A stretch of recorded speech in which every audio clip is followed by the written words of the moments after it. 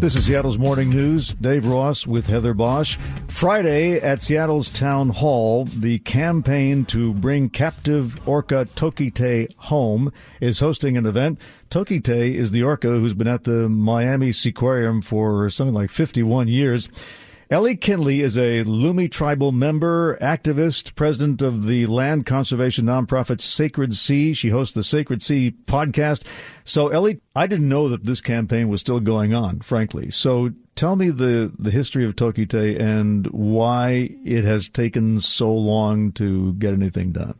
You know, and that is the sad part, is why has it taken 51 years of her performing in that tiny tank in Miami? She was a wild orca, part of our southern residents out here, and she was captured. She was like 3 or 4 years old when she was separated from her mother in a pen.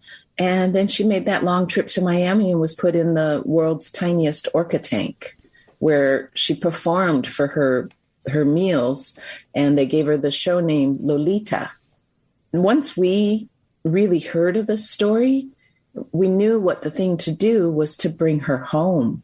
That this was about 6 years ago when it came to us, and back then 45 years of performing was enough. She needed to retire. She needed to come back home to the Salish Sea because we believe her mother's still swimming with the southern residents. And after all these years, really? Yep.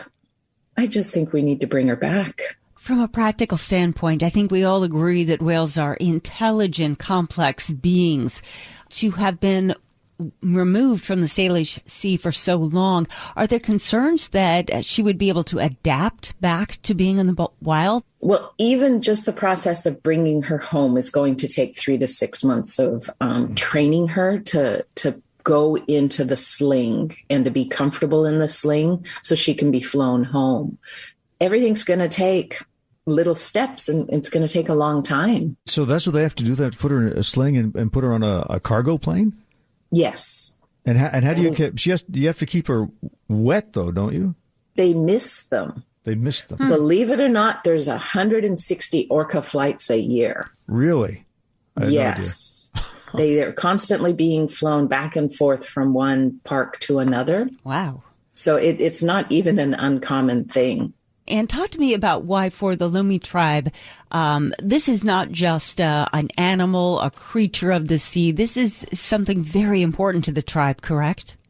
She is. Our history wasn't written. Our history is oral.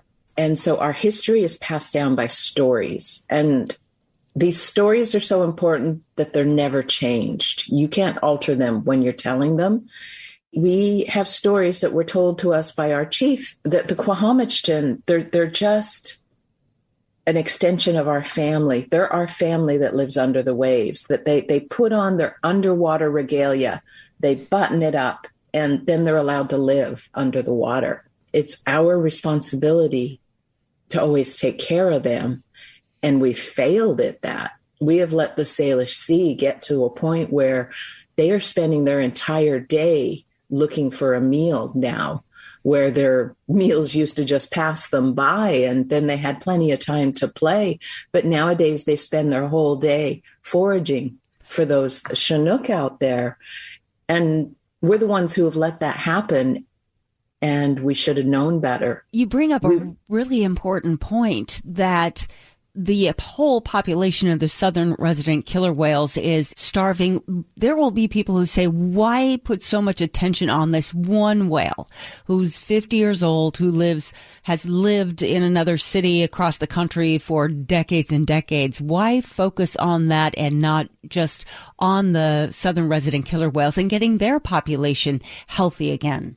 It's the step in the first step in healing, that we're going to say, we are bringing your daughter home and we are sorry.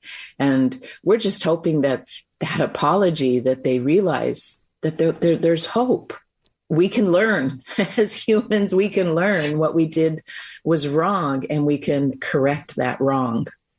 So do you believe that when she's finally returned to the family, that she will communicate this story of where she's been?